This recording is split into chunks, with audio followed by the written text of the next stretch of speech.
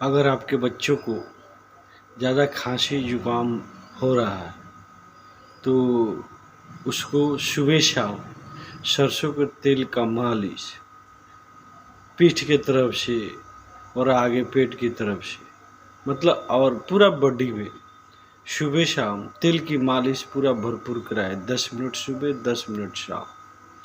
उस बच्चा को आप देखेंगे कुछ दिन में कि जो उसको खांसी सर्दी जुकाम नहीं होगा, उसको ठंड कम लगेगा।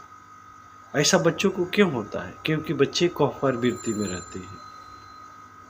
Thank you.